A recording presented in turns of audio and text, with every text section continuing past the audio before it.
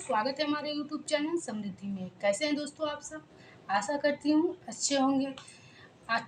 इस चीज़ को हमको जानकारी देने के लिए आप लोग कमेंट बॉक्स में राम राम जरूर लिखिए।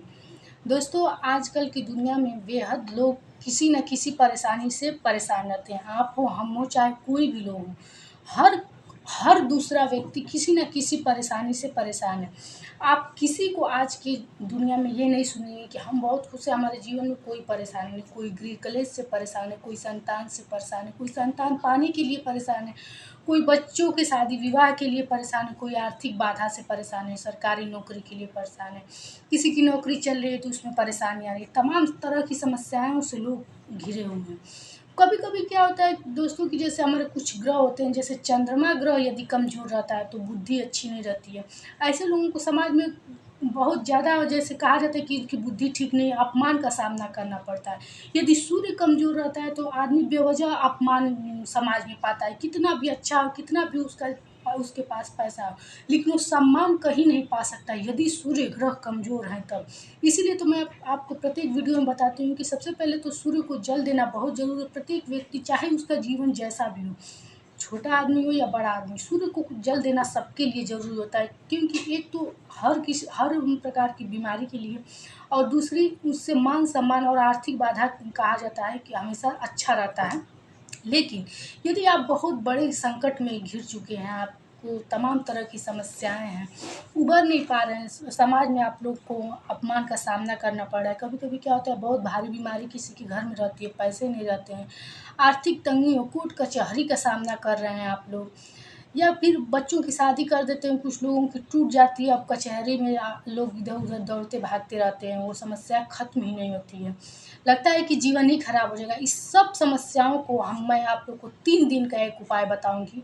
निश्चित रूप से उपाय तो मैं आप लोग को 4 बताऊंगी, लेकिन आप लोग कोई भी अगर एक उपाय कर लेते हैं तो निश्चित रूप से जो आप लोग को मैं बता दूं कि एकादशी के बाद जो प्रदोष से अमावस्या तक का समय होता है, ये आपके घर में चाहे पितृ दोष हो, चाहे काल सर्प दोष हो, या फिर किसी भी प्रकार का वास्तु दोष हो, मांगलिक दोष हो, ये 3 दिन दोषों को काटने वाला होता है। मैं पहले भी आप लोग को वीडियो में बताई हूँ कि ये दोषों को काटने के लिए कृष्ण पक्ष की जो समय होते हैं, प्रदोष से अमावस्या तक का ये होता है। और हर सुख चीज़ पाने के लिए, भौतिक सुख साधन ऐश्वर्य पाने के लिए, देवी देवताओं की पूजा के लिए होता है पूर्णिमा तिथि।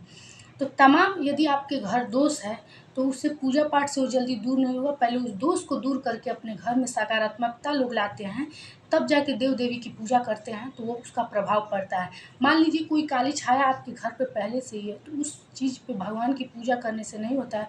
उसके लिए कोई स्पेशल मतलब की विधि अपनानी पड़ती है, जिससे कोई चीज़ खत्म हो जाए तो फिर भगवान की कृपा प्राप्त हो। इसीलिए तो मैं कहती हूँ कि जो कबीरदास जी कहते हैं कि जब बुरा दिन आता है तभी लोग भगवान की सुमिरन करते हैं, अच्छे दिनों में भगवान को याद नहीं करते। इसीलिए मैं बार बार अपनी वीडियो में आप लोग को समझाती हूँ कि जब आप लोग का जीवन अच्छा चले तब भी भगवान की पूजा ज़रूर किया कीजिए, घर में धूप बत्ती सुबह शाम ज़रूर किया कीजिए।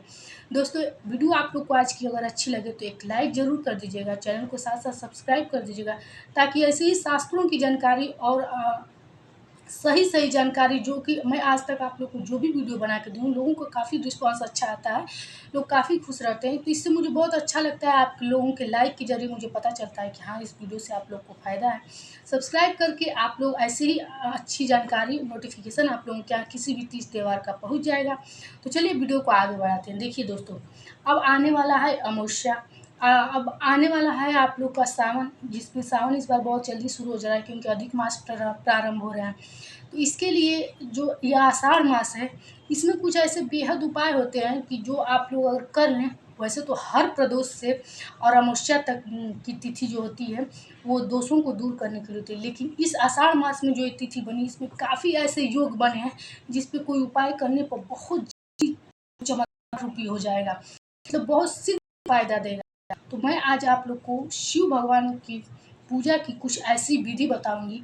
ये तो दोस्तों आप लोग जानते होंगे कि मात्र एक शिव ही ऐसे हैं जो अगर आपके भाग्य में भी लिख चुका है कोई चीज़, मान लीजिए भाग्य में लिख गया है कि शादी नहीं होगी, भाग्य में लिख गया है कि बच्चे नहीं होंगे, तो एकमात्र शिव ही ऐसे देवता हैं कि उस भाग्य रेखा को भी देंगे। आप लोग को यदि ये बात पता नहीं होगा, स्कंद पुराण में पूरा साफ सुथरा लिखा है कि यदि आप लोग विधि पूर्वक अपने पूजा से खुश कर दिए शिव भगवान को, तो निश्चित रूप से आपकी हस्तरेखा मस्तक रेखा भी बदल सकती है।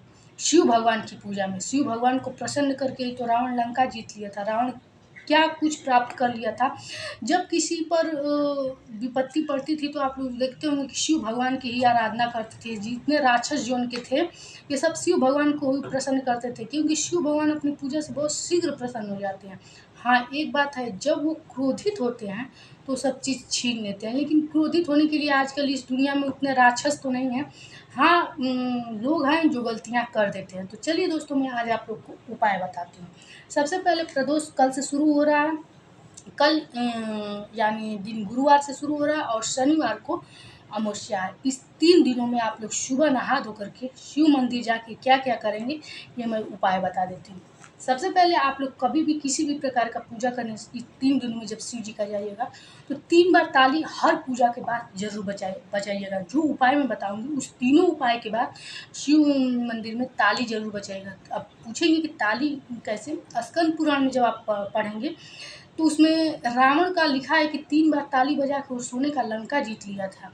शिव भगवान ताली से बहुत खुश होते हैं, इसीलिए 3 बार ताली आप इस जो उपाय मैं बताऊँगी उसके बाद ज़रूर बजाइएगा। देखिए, दूर्वा और बेलपत्र आप लोग ले लीजिए। पहला उपाय, दूर्वा और बेलपत्र लेकर के आप लोग जाइए और शिव भगवान के मंदिर के सामने जो नंदी रहती हैं, उनके श्री चरणों में चढ़ा दीजिए, भोग लगा दीजिए, 1 का सिक्का चढ़ा दीजिए और 5 बार ओम नमः शिवाय बोल करके और उनके दोनों सींगों के बीच में इस तरह से अपना हाथ करके और सामने जो शिवलिंग है उनका दर्शन कीजिए। शिवलिंग ही नहीं, यदि शिव भगवान की मूर्ति भी है तो उनका दर्शन कीजिए और दर्शन करते वक्त आपकी जो भी बातें हों वो बोलते रहिए और उसके पहले 1 का सिक्का चढ़ा के उनके कान में भी नंदी की बोलिएगा।